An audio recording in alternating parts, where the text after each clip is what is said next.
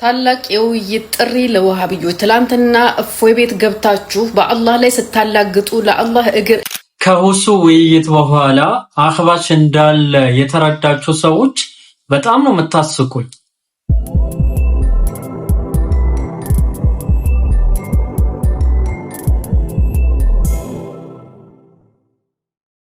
ቢስሚላህ አልሐምዱሊላህ አሰላቱ ወሰላሙ አላ ረሱሊላህ ወአላ አሊሂ ወሰህቢሂ ወመንዋላ።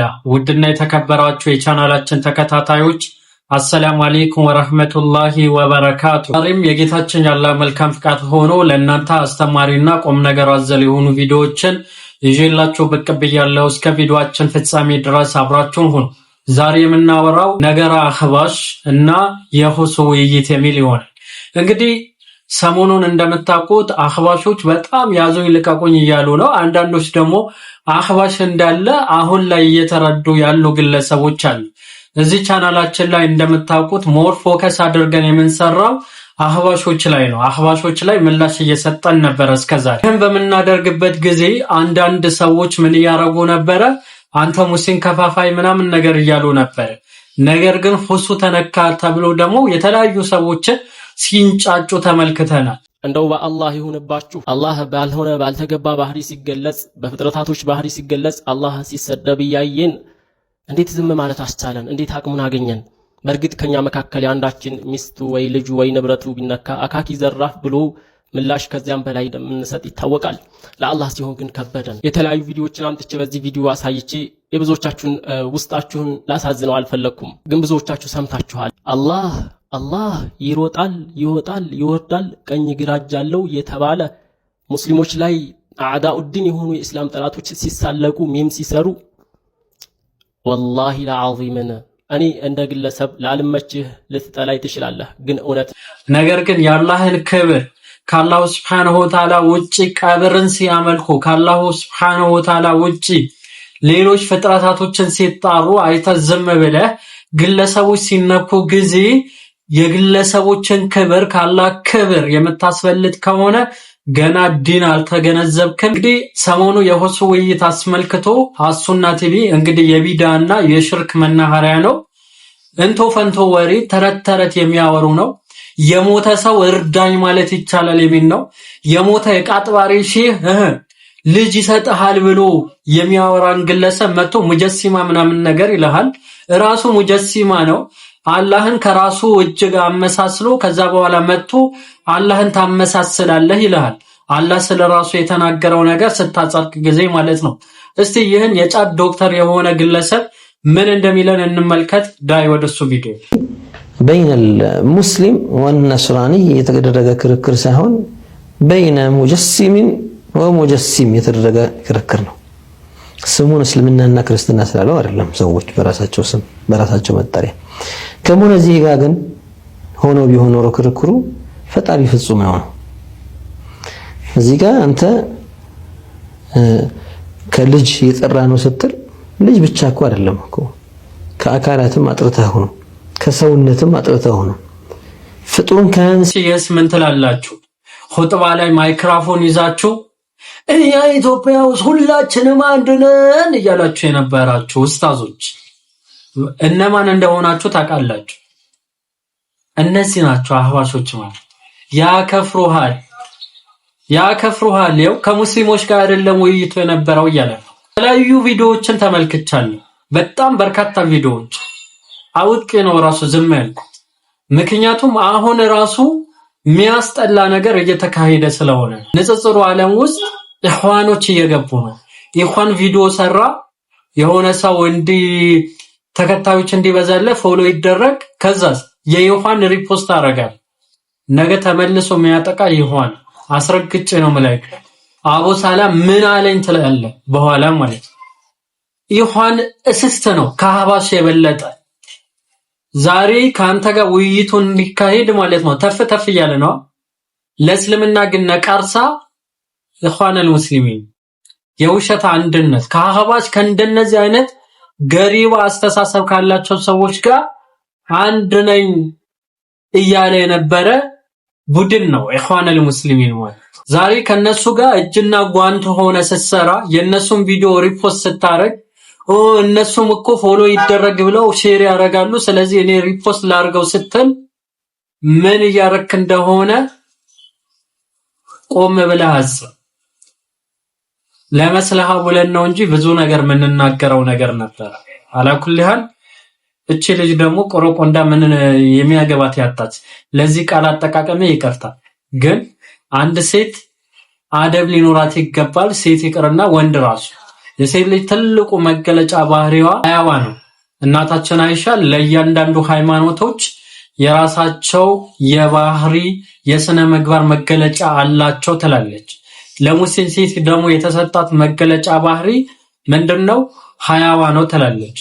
ይቺ ግን በቃ የሚያገባት ራሱ እኔ አላህ ይድረስለት እስቲ ምን ያለች እንደሆነ እንስ ታላቅ የውይይት ጥሪ ለወሃቢዮች ትላንትና እፎይ ቤት ገብታችሁ በአላህ ላይ ስታላግጡ ለአላህ እግር እጅ እየሰጣችሁ እስልምናችንን ስታሰድቡ የነበራችሁ ወሃቢዮች ዛሬ ደግሞ እኛ ሙስሊሞች ኑ ከኛ ጋራ እንወያይ ሲል ወንድማችን ኡስታዝ ሰዒድ እኔ በቃለሁ ለእናንተ መሻይኽ መጥራትም አስፈልግም እያለ ጥሪ አድርጎላችኋል።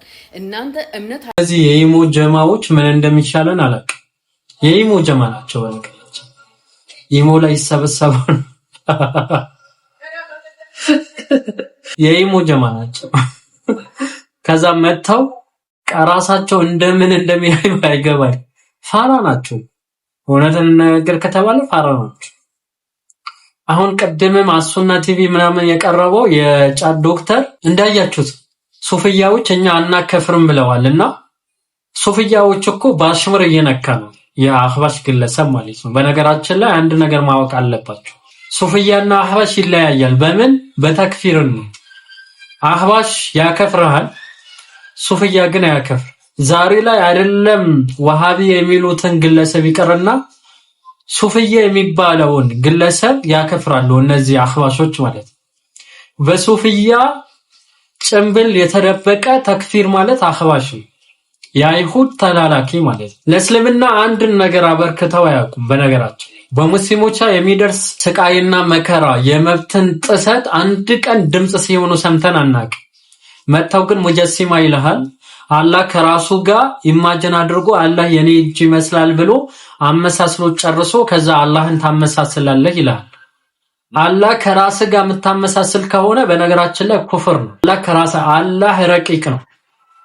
ኦኬ አንተ የምታስበው የሆነ ፍጡር አይደለም። ግን ስለራሱ የተናገረው ነገር እንዲህ ነው ብለን እናጸድቃለን ሁኔታውን ሳናብራራው። ይህ የሰለፎች ጎዳና ነው። ነብዩ አለይሂ ሰላቱ ወሰለም የነበሩበት እውነት ነው። የነቢያቶች ስብከት ነው። እየመረረህም ቢሆን ዋጠው። ረቂቅ የሆነ አምላክ ከራስ ጋር እኩል የምታረገው ከሆነ በጣም ተሳስተሃል። አይን አለኝ እኮ የኔም አይንም ያላህም እንዲህ ነው የምትል ከሆነ ትልቅ ኩፍር ውስጥ ያለህውና ከዛ ኩፍር ወጣ ነው ምን ነገር ግን አላህ እሰማለሁ እያለህ ነው አይሰማ መስማት ሲባል እንዲህ ነው ብለ ፍልስፍና ውስጥ ምትገባ ከሆነ የአላህ Subhanahu Wa Ta'ala አስማ ወሲፋት ውድቅ ያረክ ስለሆነ የአላህ መገለጫ ባህሪያቶች አሉት። ጉዝ የሆነ አካል አይደለም ጌታችን አላህ Subhanahu Wa Ta'ala እሱ ይሰማል። ነገር ግን ያንተ መስማትና የጌታችን አላህ Subhanahu Wa Ta'ala መስማት አንድ ነው ብለህ የምትከራከር ከሆነ ደግሞ አለው አስቀድሜም እንደተናገርኩ ኩፍር ውስጥ ነው ያለው። ከዚህ ነገር ተመለስ እንላለን። አላኩልሃል በጣም በርካታ ነገራቶችን ለማብራት አስቤ ነበር። ግን የውላችሁ ኢኽዋኑል ሙስሊሚን ጋር ጠጋ የምትሉ ሰዎች አላህን ፍሩ። የሆኑ ሰዎች ሲነኩ ጊዜ አህባሽ እንዳለ ትዝ የሚላችሁ ሰዎች በፊት ስለ አህባሽ ስንናገር ጊዜ እናንተ ሙስሊም ከፋፋይ የምትሉኝ የነበራችሁ ግለሰቦች ዛሬ ግለሰቦችን ሲነኩ ጊዜ እነዚህ የምትሉ ሰዎች ግለሰብ አይደላችሁ፣ ሙሪዶች ናችሁ። ማለትም መንጋ ናችሁ፣ ጭፍን የሰው ተከታይ ናችሁ።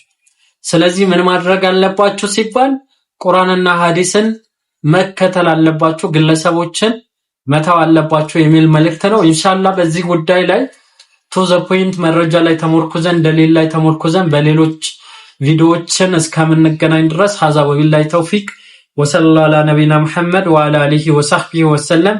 ወሰላሙ አለይኩም። አላህ ስንት እጅ አለው? አላህ ሱብሓነሁ ወተዓላ ሁለት እጆች አሉት። እጅ ማለት ምን ማለት ነው? እጅ ማለት እጅ ነው። መልስ ይሄ ነው።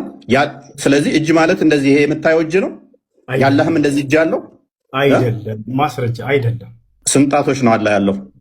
አላህ ሱብሓነሁ ወተዓላ ጣቶች አሉት ተብሎ የተገለጸው። ስንት ጣቶች ነው ያሉት ይታወቃሉ?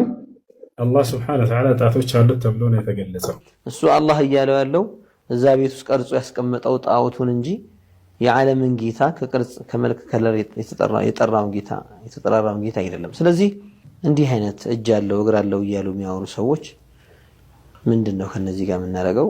እነዚህ ሰዎች ሐላቸውስ ምንድነው ከተባለ እነዚህ ሰዎች ኡናሱን ላ ያዕሪፉነ ኻሊቀሁም የፈለጉት እንደ ሰው ያለ እንደ ሰው እጅ ያለ በስጋና በደም በአጥንት የተሰራ ለማለት ከሆነ አሁን የአላህ እጅ በዚህ ትርጓሜው መሰረት ጃሪሐ አይደለም። ኢብሊስ ለአባታችን አደም አልሰግድም ባለ ጊዜ ማ መነዐከ ምን ከለከለህ አለ አንተስጁደ ያኒ አላ ተስጁድ ማለት እንዳትሰግድ ማለት ነው። ሊማ ኸለቅቱ ቢየደይ በሁለት እጆቼ ለፈጠርኩት እንዳትሰግድ ምን ከለከለህ ማለት ነው። ሁለት የሚለውን እኛ ለማብራሪያ ጨምረንበት አይደለም። ቃሉ ቀጥታ ትርጉሙ እንደዚህ በሁለት እጆቼ ነው። ማ መነዐከ አን ተስጁደ ሊማ ኸለቅቱ ቢየደይ ይላል። ስለዚህ አላህ አደምን በሁለት እጁ ፈጥሯቸዋል። አይ እዚህ ላይ የተፈለገው ቢቁድረተየ ማለት ነው። በሁለቱ ችሎታዎች ቢባል አንደኛ ሁለት ችሎታዎች አሉት አይባልም አላህ Subhanahu Wa Ta'ala። ሁለተኛ አላህ በችሎታው የፈጠረው አደምን ብቻ ነው ወይ? ይሄ እኮ የአደም አንድ መገለጫ ሆኗል። አንድ ትሩፋት ተደርጎ ተጠቅሶላቸዋል። አይ አደም የመጀመሪያው ፍጡር ስለሆነ ነው አይባልም። እዚህ ላይ አደም መለያቸው ነው። ይሄ በቁርአንና በሐዲስ የተረጋገጠ። ስለዚህ አባታችንን አደም አንድ ፈዲላ ወይም ትሩፋት ማስተባበል ነው የሚሆንብን። እሳቸው ለየት ያሉት እኮ አላህ ከሌሎች በተለየ መልኩ በእጁ ቀጥታ ስለፈጠራቸው ነው። በእጁ ቀጥታ ስለፈጠራቸው ነው ማለት ነው። ስለዚህ ይህንን ቁድራህ ብሎ መፈሰር አይቻልም። ኒዕማህ ብሎ መፈሰር አይቻልም። ግልጽ ነው አይደለም? በየትኛውም አገባብ የድ የሚለው ቁድራህ ወይም ኒዕማ ኃይል ወይም ችሎታ ወይ ደግሞ ጸጋ የሚል መልክ ይዞ አይመጣም እያልኩኝ አይደለም። የሚቀጥለው መንቀጽ ላይ ያለው ነገር ለተእዊል የሚያመች አይደለም። ምን አለ? ወቃለት اليهود يد الله مغلولة። አይሁዳውያን ስለ አላህ የተናገሩት አንድ መልእክት ቢሆንም በውስጡ ሁለት ነገሮችን አቅፏል። አንደኛው አላህ እጅ እንዳለው በተዘዋዋሪ ገልጸዋል። የአላህ እጅ የታሰረች ነች አሉ አይደል? አላህ እጅ እንዳለው አምነዋል አላመኑ? አምነዋል አይደል አይሁዳዎች? طيب ሁለተኛው ደግሞ ይህ ለሱ ያረጋገጡትን እጅ ምን ብለው ገለጹት? የታሰረ ነው። ይህ እንግዲህ አላህን በጉድለት መግለጽ ነው። ስለ አላህ Subhanahu Wa Ta'ala በዚህ መልኩ መግለጽ ኩፍር ነው፣ ምንም ጥርጥር የለውም። طيب አላህ Subhanahu Wa Ta'ala ይህንን ንግግራቸውን አወገዘባቸው። እንዲያውም በዚህ የተነሳ ረገማቸው። ግን ሲያወግዝባቸው ሁለቱንም መልእክት ነው ያወገዘው ወይስ አንዱን ለይቶ ነጥሎ ነው ያወገዘው? ዋضح አንዱን ነጥሎ ነው ያወገዘው። የትኛውን? እጁን አስመልክቶ እጁ የታሰረች ነች ያሉትን መልእክት ብቻ ነጥሎ አወገዘ እንጂ እንዴት ላላላችሁ አላህ እጅ የለውም አላላቸውም። እንዲያውም የተዓጢል ጎራዎች እንደሚሉት ቢሆን ኖሮ የአላህ እጅ የታሰረ ነው ከሚለው ገለጻ የበለጠ ራሱ ለአላህ እጅን ማረጋገጥ ይበልጥ ሊፈርስ የሚገባው የኩፍር እምነት ይሆን ነበር። ለምን? ይህ አላህን ከፍጡራን ጋር ማመሳሰል ይሆን ነበር። በእነሱ ገለጻ መሰረት አላህ እጅ አለው ማለት ፍጡራንን ይመስላል ማለት ስለሆነ ማለት ነው። ያ ከባድ ነገር ምንም ሳይነካ ተትቶ ግን አላህ Subhanahu Wa Ta'ala ይህንን ነጥሎ ሲያፈርስባቸው ይሄ ችግር እንደሌለው ያሳያል። ግን በዚህም ብናብቃቃ ራሱ የሚያስኬድ ከመሆኑ አንፃር ጭራሽ ምን አለ? በል የዳሁ መብሱጠታኒ ينفق كيف يشاء። አይ እሱ እንዲያውም እጆቹ የተዘረጉ ናቸው አለ። እጅ የለውም አይደለም ማለት ጭራሽ እንደገና እሱ አረጋገጠ እጅ እንዳለ፣ እንዲያውም ሁለት እጆች እንዳሉት። ማንነሁም እነሱ ሁለትዮሽን የሚያሳይ ነገር አልጠቀሱም ነበር። የዱላሂ ማለት አይደለም يعني ذكروا الجنس ማለት ነው። ግን አላህ ምን አለ? በል የዱሁም ራሱ አላለ፣ በል የዳሁ አለ። በል የዳሁ መብሱጠታኒ ينفق كيف يشاء ይህ በውስጡ አላህ ስስታም ንፉግ ሳይሆን ለጋሽ እንደሆነም ያሳያል። ይህ ጥቅል አገባቡ ይህንን ያሳያል ማለት በውስጡ ያለውን መልእክት ደግሞ አንቀበልም ማለት አይደለም። የሚጋጩ ነገሮች ስላልሆኑ ይህን አስመልክቶ ኢንሻአላህ የማስተላልፈው አንድ መብራሪያ ይኖራል። አላህ በፈለገው ጊዜ እንደፈለገው እንደሚናገር እናያለን ወይም እናውቃለን፣ እናረጋግጣለን። وهذا إجماع أهل السنة واضح وهذا إجماع أهل السنة እና አላህ በፈለገው ጊዜ መናገሩ እንደምታስተውሉት ከጊዜ ጋር በተቆራኘ መልኩ አላፊ በሆነ ግስ ወደፊትም እንደሚናገር ለምሳሌ የቂያማ ቀን አላህ ለጀነት ሰዎች የሚናገረው ነገር አለ፣ ለእሳት ሰዎች የሚናገረው ነገር አለ። እንዲያውም እያንዳንዳችንን ለየብቻም ያናግረናል።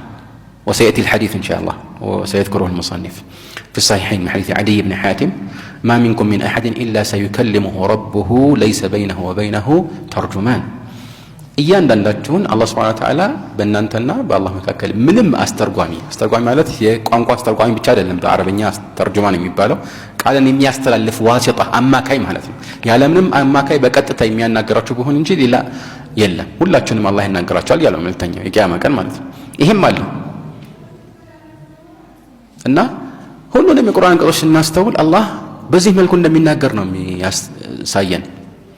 يعني ገና ከመጀመሪያው ولقد خلقناكم ثم صورناكم ثم قلنا للملائكة اسجدوا لآدم ثم የሚለው ምን ያሳያል? ተርቲብን ያሳያል። እዚህ ላይ ምንም ኺላፍ አይኖርም። ثم صورناكم የሚለው ላይ የተወሰነ ኺላፍ ተነስቷል። المهم የዚህን ነገር አመላክተን የተወሰነ ምላሽ ሰጥተንበት ነበር። ግን እዚህ ጋር እንምጣ። ثم صوركم ثم قلنا للملائكة አላህ ለመላእክቶች ለአደም ስገዱ ያለው አደም ከተፈጠሩ በኋላ ነው ወይስ ከዛ በፊት ነው? ከተፈጠሩ በኋላ ነው አይደለም? ግልጽ ነው። ወይስ منذ الازل አላህ እንደዚህ ይል ነበር፣ ነፍሱ ይሄ መልእክት ሁሉ ሲተላለፍ ነበር። ያኛውን መላእክቶች ሰሙት፣ ደግሞ እንዴት ይሰማል? ይሄን ኢንሻአላህ ወደፊት እናየዋለን። ስለዚህ ግልጽ ነው ይሄ ነገር አይደለም? በግልጽ ቃና ይህ ነገር ከተከሰተ በኋላ ከዚህ በኋላ አላህ ያወሳው እንደሆነ ያሳያል። እና ከዚህ አንፃር ነው አላህ እንደሚናገር የሚያሳዩ አንቀጾች በጣም ብዙ ከመሆናቸው የተነሳ እንዲያው በሺዎች ራሱ ተቆጥረው ቢያልቁም አንድ ነገር ነው። አንዳንድ ዑለማዎች እንደተናገሩት ማለት ነው።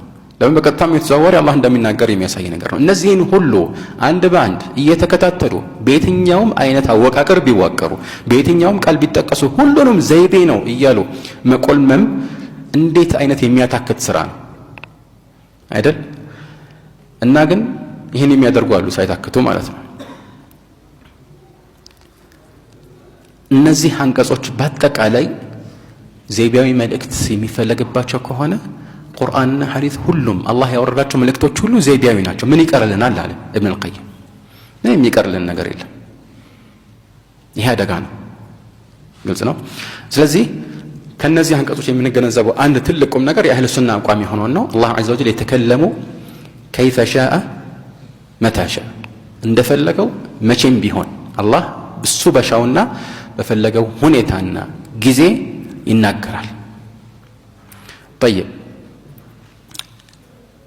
ይህ ደግሞ የሚያሳየን ሌላ መልእክት አለ። እሱም የአላህ ከላም قديم النوع وإن شئت فقل قديم الجنس حادث الآحاد أو الأفراد ነው።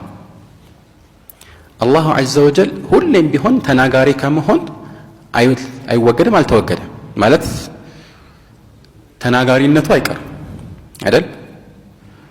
አንድ ፍጡር እንኳን ወሊላሂ المثل الأعلى ፍጡር እንኳን ተናግሮ ዝም ስላለ ተናጋሪነቱ ይቀራል እንዴ?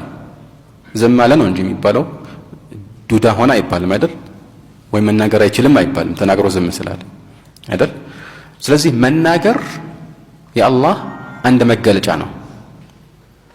ለዚህ ንግግሮቹ ብዙ ናቸው። ወለው አነማ ፊል አርዲ ሚን ሸጀረቲን አቅላሙ والبحر يمده من بعده 7 أبحر ማ ነፊደት ከሊማቱላህ።